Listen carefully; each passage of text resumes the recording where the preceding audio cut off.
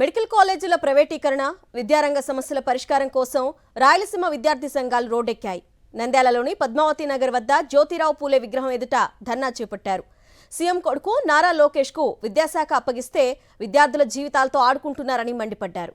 గత ప్రభుత్వం పేద విద్యార్థుల కోసం మెడికల్ కాలేజీలు నిర్మిస్తే ప్రైవేటు వారికి అప్పగించడం సరికాదని ఆగ్రహం వ్యక్తం చేశారు.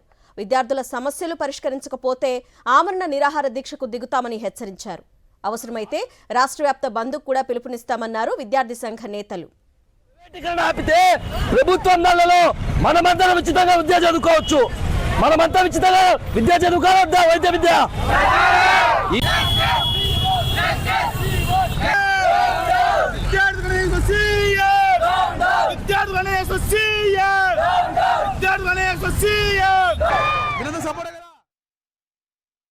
వైద్య విద్య ప్రైవేటీకరణ చేయడము ఎంతవరకు సమంజసమని ఈ రోజు రాష్ట్ర విద్యాశాఖ మంత్రి నారా లోకేష్ గారిని చెప్తా ఉన్నాము.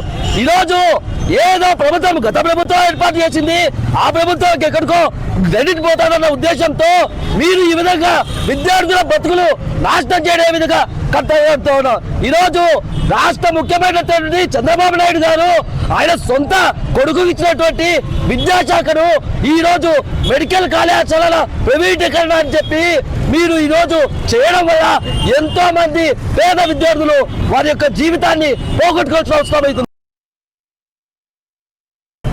ఆంధ్రప్రదేశ్లో విద్యార్థులు చదవడానికి అవకాశం లేదా అంటే విద్యార్థులు కార్పొరేట్ ప్రైవేటీకరణ కావాలా? మీరు హాస్టల్ని ఎత్తేసి బెచ్చార్లు విడుదల చేయకుండా, ఫీజు రియంబర్స్మెంట్ విడుదల చేయకుండా విద్యార్థులు ఇబ్బంది పెట్టడం సమంజసం కాదు.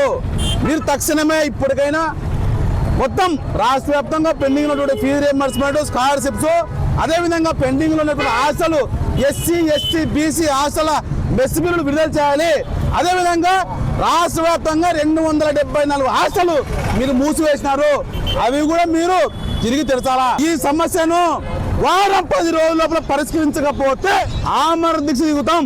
అవసరమైతే చలో విజయవాడను పిలుపునిస్తాం, అవసరమైతే రాష్ట్ర వ్యాప్తంగా బంద్కు పిలుపునిస్తాం. గత రాష్ట్ర ప్రభుత్వము ఏ విధంగా ఈ మెడికల్ కాలేజీ తీసుకొచ్చిందో దానికి ఈ రాష్ట్ర ప్రభుత్వం తీసుకున్నటువంటి నిర్ణయం ప్రైవేటీకరణ చేయడం చాలా దారుణం. ఎందుకంటే ప్రైవేటీకరణ వల్ల విద్యార్థులు విద్యకు దూరం అవుతారు తప్ప పేద బలహీన వర్గాలకు చెందినటువంటి విద్యార్థులు మెడికల్ సీట్స్ రావాలంటే ఈరోజు లక్షలతో కూడినటువంటి సీట్లు, అదేవిధంగా రాష్ట్ర వ్యాప్తంగా మూతబడినటువంటి హాస్టల్ను తిరిగి ప్రారంభించాలి.